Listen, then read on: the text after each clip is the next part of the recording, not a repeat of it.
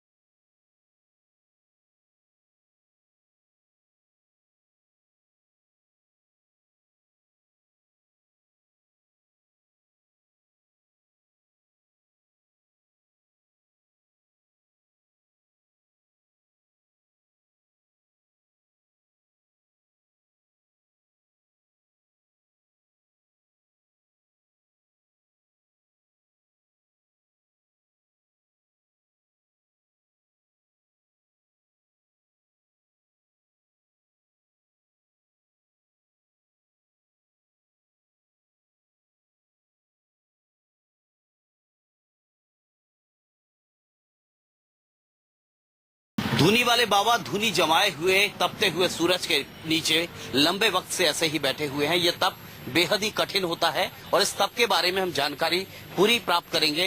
महाराज जी, आप ये बताइए कि ये जो तप है ये होता किस तरह का है? ये तप जो है 84 धुनी 18 साल का होता है। अच्छा। तब ये जो है 6 महीना का होता है। अच्छा। ये जो है फरवरी में बसंत पंचमी के दिन ये तप उठाया जाता है और गंगा दशहरा में जून में गंगा दशहरा तक चलता है।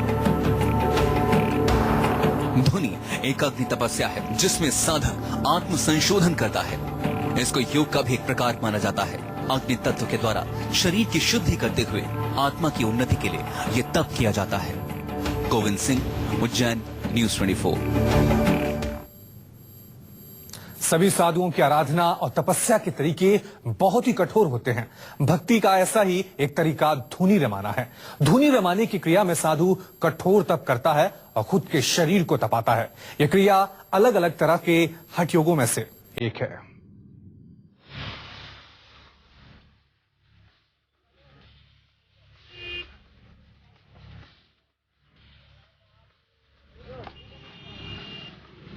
धुनी रमाना साधुओं के हठ योग की है एक क्रिया। धुनी रमाने के लिए साधु एक स्थान पर बैठकर सबसे पहले अपने चारों ओर कंडे या उपलों का घेरा बनाते हैं। इसके बाद जलते हुए कंडों को घेरे में रखे हुए कंडों पर रखते हैं, जिससे घेरे के सभी कंडे जलने लगते हैं।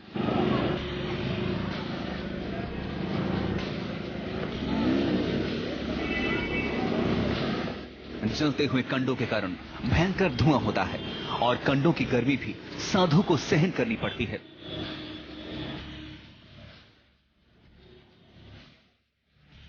इन्हीं कंडों की धुनी में साधु अपने इष्ट देव के मंत्रों का जप करता है। संतों की साधना का सबसे कठिन योग है धुनी रमाना, जिसमें अपने इष्ट देव को प्रसन्न करने के लिए सन्यासी धुनी रमाते हैं। लेकिन धुनी भी किसी कॉलेज के कोर्स की तरह अलग अलग चरणों में होती है। धुनी रमाने के लिए 18 साल में 6 चरणों से गुजरना पड़ता है। उसके बाद धुनी रमाने की यह कठोरतम तपस्या पूर्ण मानी जाती है।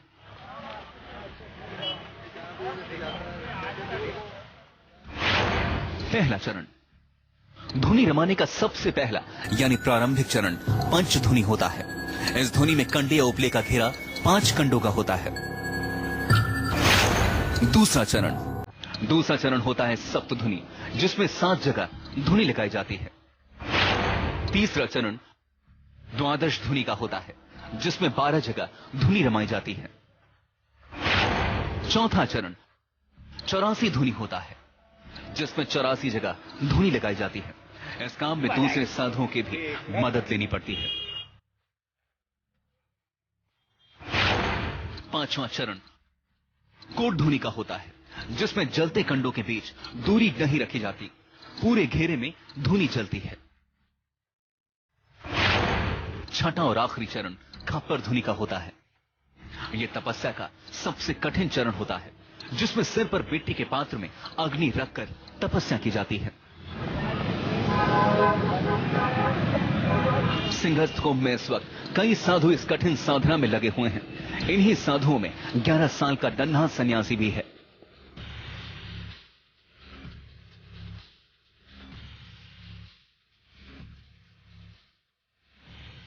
खालसा संत के टाटंबरी महाराज के शिविर में एक संत ऐसे भी हैं जिनकी उम्र तो खेलने कूदने की है, लेकिन वो इतनी छोटी सी उम्र में जो कर रहे हैं वो काम बड़े बड़े भी नहीं कर सकते।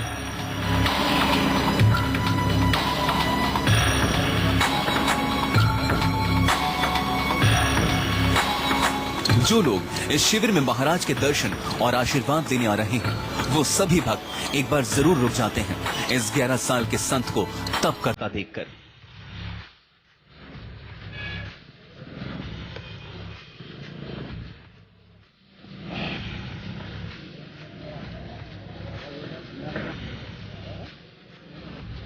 सियाराम महाराज की उम्र भले ही 11 साल हो, लेकिन टाटंबरी महाराज के चेले के रूप में करीब 5 साल पहले से ही उनके साथ हैं।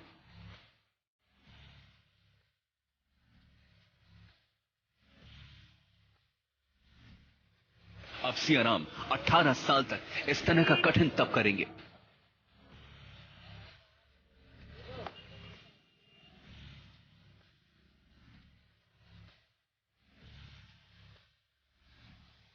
गोविंद सिंह, उज्जैन, न्यूज़ 24। एक छोटा सा ब्रेक ले रहे हैं, लेकिन ब्रेक के बाद भी बाबा लोक से जुड़े कुछ और रहस्य हम आपको बताएंगे। ब्रेक के बाद आपका एक बार फिर स्वागत है। अब आपको बाबा लोक में सिंहस्थ महाकुंभ में आने वाले रंगीन बाबाओं की तस्वीरें दिखाते हैं। इन दिनों उज्जैन में हर ओर माहौल भक्तिमय है। कोई शिव की भक्ति में तल्लीन है तो कोई कृष्णमयी रंग में रंगा है। अलग अलग रंग और वेशभूषा के बीच संत सद्भावना और स्वच्छ भारत अभियान जैसे संदेश भी दे रहे हैं। यह है सिंहस्थ कुंभ के रंग। कहीं ढोल नगाड़े पर नाचते साधु, तो कहीं भव्य रथ पर बैठे महामंडलेश्वर। हर ओर बम बम भोले की गूंज है, हर ओर भक्ति की अनोखी छटा है।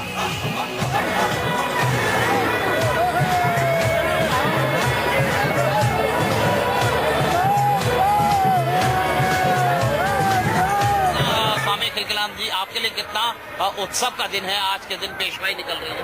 फूल कहते हैं चमन बदल गया, पंछी कहते हैं गगन बदल गया। मैं कहता हूँ कि सिंहस्थ तो वही है, लेकिन इसकी छटाओं का रंग बदल गया। सिंहस्थ कुंभ की पहली पेशवाई में उज्जैन की सड़क पर कृष्ण लीला के रंग देखने को मिले।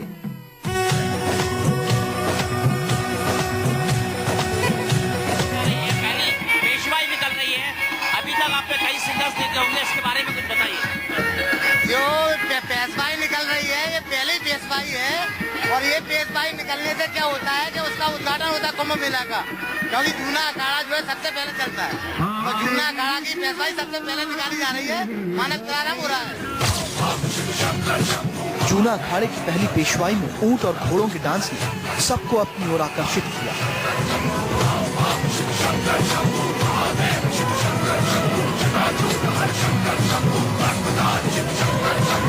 सिंहस्थ की पहली पेशवाई की एक और अजब तस्वीर यहाँ पर आपको नजर आएगी।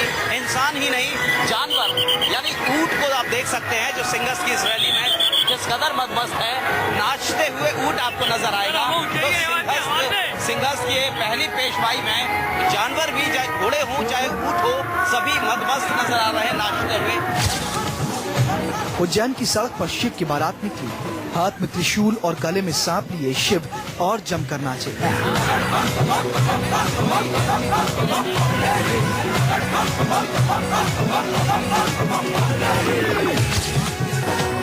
सिंहस्थ कुंभ में सिर्फ धर्म ही नहीं बल्कि भाईचारे का संदेश भी दिया गया। हिंदू तो हिंदू, मुस्लिम लोगों ने भी इस पेशवाई में बढ़ चढ़ कर हिस्सा लिया। हम वासुदेव कुटुंबम वाले हैं। पूरे विश्व में हम चाहते हैं कि स्वच्छता रहे, शांति रहे, भाईचारा रहे। इसी उद्देश्य से आज हम लोग अवधेशानंद जी गिरी महाराज के मार्गदर्शन में हमने शामिल हुए। पहली पेशवाई के दौरान हाथ में झाड़ू लिए महिलाएं और पुरुष भी सड़क पर उतरे। इसका संदेश था कि करीब 1 महीने तक चलने वाले सिंहस्थ कुंभ में लोग सड़कों की सफाई का ध्यान रखें।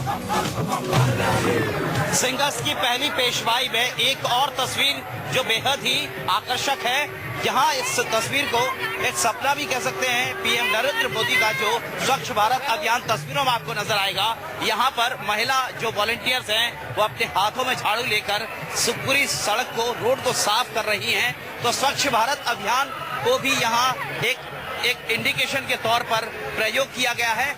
आने वाले दिनों में हर रोज उज्जैन की सड़क पर अलग अलग अखाड़ों की पेशवाई इसी तरह देखने को मिलेगी।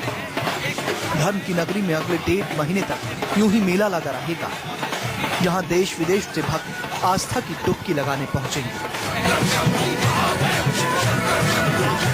आनंद के साथ गोविंद सिंह, उज्जैन, न्यूज़ 24।